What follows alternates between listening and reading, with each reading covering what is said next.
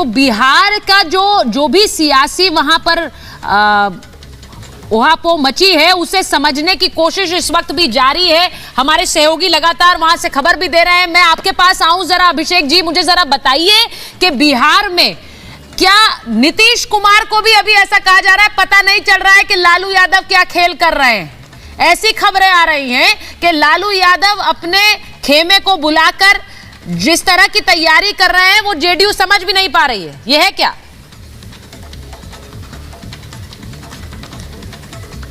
RJD और JDU के बीच कोई दूरी हो, कोई दरार हो तो शायद चीजें जो परसेप्शन चलाया जा रहा है उसके हिसाब से चीजें हो रही होंगी। और जहां तक ललन सिंह जी को लेकर अभी बयान दे रहे थे मेरे से पूर्व के वक्ता हर्षवर्धन जी, अगर उस चिट्ठी को पढ़ लिया होता तो ये बात समझ गए होते कि आखिर ललन सिंह जी की आपत्ति किस बात पर है। आपको कयासों और सूत्रों के हवाले से कोई खबर चलानी हो आप चला सकते हैं, लेकिन किसी का नाम लेकर आधिकारिक खबर अगर आप चलाते हैं तो उसकी वास्तविकता आपको जांच लेनी चाहिए।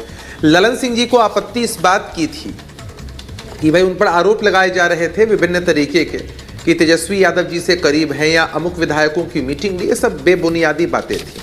ललन सिंह जी ने अगर इस्तीफा दिया, पार्टी ने इस्तीफा स्वीकार किया, नए अध्यक्ष के रूप में नीतीश कुमार जी बने, राष्ट्रीय कार्यकारिणी परिषद में सब कुछ सामने अभिषेक जी, ये तो अच्छी वाली समझ में नहीं आता है कि हमारी पार्टी सब कुछ ठीक हो गया। अभिषेक जी आपको बता दूं, जिस दिन ये सारी हलचल मच रही थी उस दिन आपकी पार्टी ने प्रवक्ता देने से भी मना कर दिया था। क्यों किया था? क्योंकि ये ऐसा हो रहा था कि भाई क्या खबर चल रही है, क्या होने वाला है। ललन सिंह जी जिस दिन इस्तीफा दिया उसके एक दिन पहले तक ये खबर आ रही थी कि वो इस्तीफा नहीं देने वाले, और सब आरजेडी और आपकी पार्टी इस बात को मनवाने के लिए तैयार बैठी थी कि कुछ नहीं हो रहा है, लेकिन हुआ अगले दिन। मेरा सवाल ये है, सबसे बड़ा भूचाल बिहार से आएगा क्या?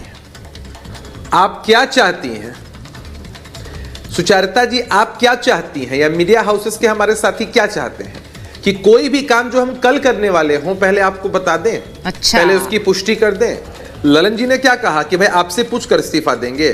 हमारे पूर्व के राष्ट्रीय अध्यक्ष को लगा, उन्होंने इस्तीफा दिया, पार्टी ने निर्णय लिया, और हमारे आंतरिक मामलों में किसी और का हस्तक्षेप इस तरह से क्यों हो रहा है? अच्छा। और लोग अपने हिसाब से कुकदम स्टोरीज बना रहे हैं कि पार्टी अस्तित्वहीन हो जाएगी। तो भैया नीतीश कुमार जी अगर प्रासंगिक नहीं होते तो आज भी डिबेट्स के केंद्र में वही क्यों है?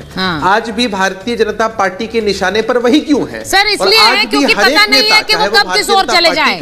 ये फैक्ट है कि नहीं है? ये फैक्ट है कि नहीं है कि वो कब किस ओर चले जाए? पता नहीं है।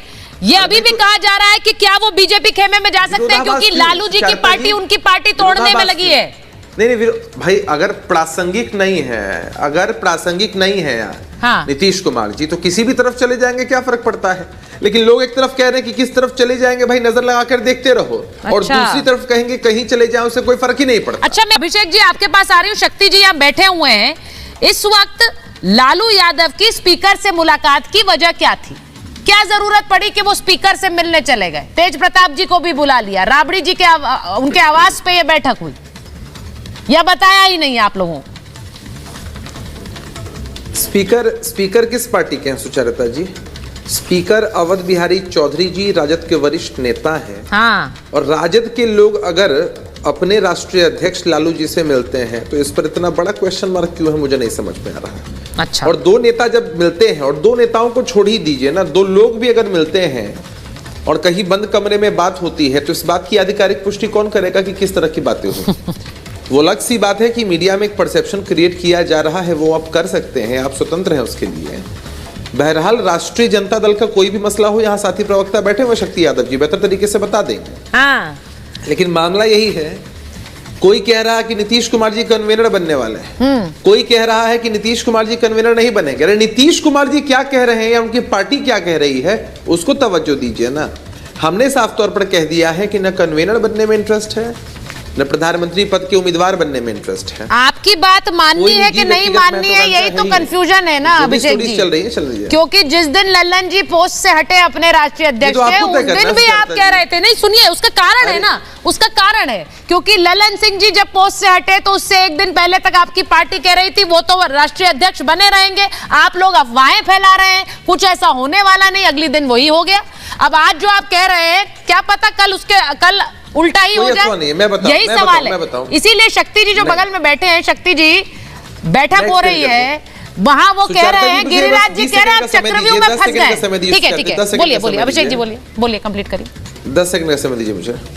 देखिए 10 सेकंड बस मैं लूंगा। आपने उस दिन सवाल पूछा कि क्या आपके राष्ट्रीय अध्यक्ष ने इस्तीफा दिया, तो हमने जवाब दिया नहीं। ना फिर आपने पूछा कि देंगे, ये नहीं कहा। भूतकाल के प्रश्नों का उत्तर दे सकते हैं, वर्तमान के प्रश्नों का उत्तर दे सकते हैं, नहीं देंगे कि नहीं देंगे, क्या करेंगे, उस पर क्यों बहस है अभी? ये चर्चा वो क्या नहीं रहा है, वर्तमान में आइए ना। नहीं चर्चा ये नहीं थी, चर्चा ये थी कि आपके खेमे में खलबली मची हुई है, के हिसाब से नहीं है। अब तेज प्रताप जी, तेजस्वी जी कल को सीएम बन जाए, हम ये सवाल पूछेंगे तो यहाँ पर आज भी सीएम के साथ हमारे पूर्व राष्ट्रीय अध्यक्ष कार्यकर्ताओं से मिल रहे हैं, क्या दिक्कत है इसमें? और कुछ विधायक अलग से बैठक कर रहे हैं, वो भी सच्चाई है। अब ये भी खबरें आ रही है, ये भी तो खबरें हैं, कुछ बैठक अलग से कर रहे हैं, वो नीतीश जी को भा नहीं रहा है कि कुछ विधायक अलग से बैठक कर रहे हैं। नहीं कुछ आपके पास कोई तस्वीर है क्या सुचारिता जी? आपके पास कोई तस्वीर है क्या? कोई सुंदर सी खूबसूरत सी बनी हुई तस्वीर है क्या, या कोई ऑडियो क्लिप है क्या, कोई वीडियो क्लिप है क्या? कुछ तो दिखाइए।